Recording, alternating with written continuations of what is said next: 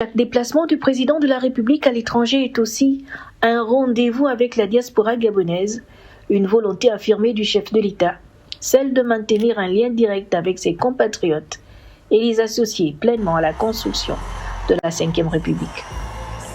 En France, où vit la plus importante communauté gabonaise à l'étranger, cette rencontre a donné lieu à une mobilisation exceptionnelle.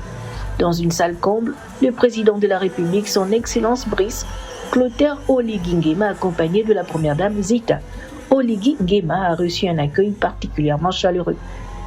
L'ambassadeur du Gabon en France a salué la confiance que lui a témoigné le chef de l'État, tout en mettant en avant les compétences d'une diaspora qualifiée, prête à contribuer au développement du Gabon.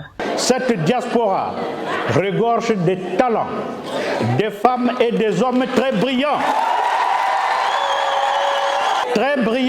dans tous les domaines, capables de mettre en musique avec abnégation, honnêteté, probité morale et intellectuelle. Votre plan d'action est de vous accompagner dignement. Le député représentant la diaspora zone Europe s'est, quant à lui, félicité des réformes institutionnelles ayant permis une meilleure représentation des Gabonais de l'étranger au sein des institutions de la République. L'histoire retiendra que c'est sous votre très haute impulsion qu'une revendication ancienne de la diaspora est devenue une réalité institutionnelle. En effet, pendant de nombreuses années, les Gabonais établis à l'étranger ont demandé une représentation politique digne de leur niveau de contribution au développement national. Vous avez entendu cette demande. Vous y avez répondu avec la très grande clairvoyance qui vous caractérise en créant 2 sièges de députés représentant les Gabonais de l'étranger ainsi que 2 sièges au Conseil économique, social, environnemental et culturel. Ça s'applaudit. À l'écoute des préoccupations de ses compatriotes, le président de la République a annoncé plusieurs mesures en faveur de la diaspora.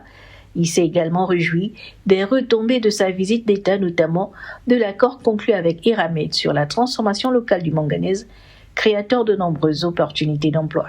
Ce que nous avons vécu hier à l'Élysée est émouvant.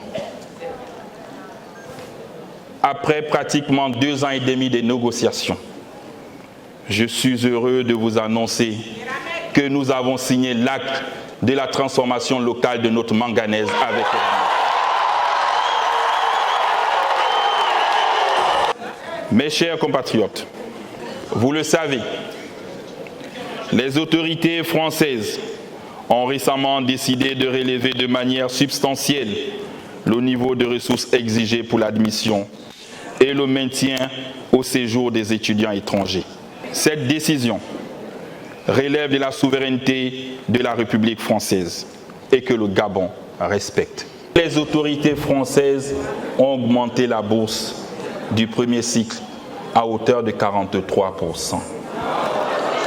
Ce n'est pas le Gabon qui augmente la bourse.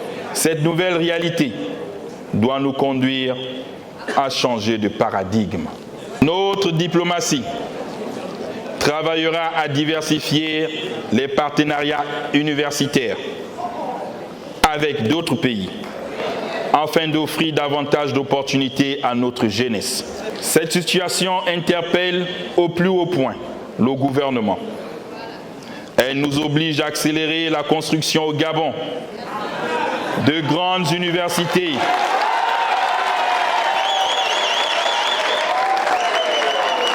et de grandes écoles répondant aux standards internationaux et offrant une meilleure formation d'excellence reconnue et compétitive. Pour les différentes annonces majeures, l'on retient l'installation d'une antenne du Pôle national de promotion de l'emploi, PNPE, ainsi que l'organisation des concours nationaux qui se tiendront désormais simultanément sur le territoire gabonais et au sein des différentes représentations diplomatiques du Gabon à l'étranger. Le Forum international économique qui se tiendra en novembre à Paris.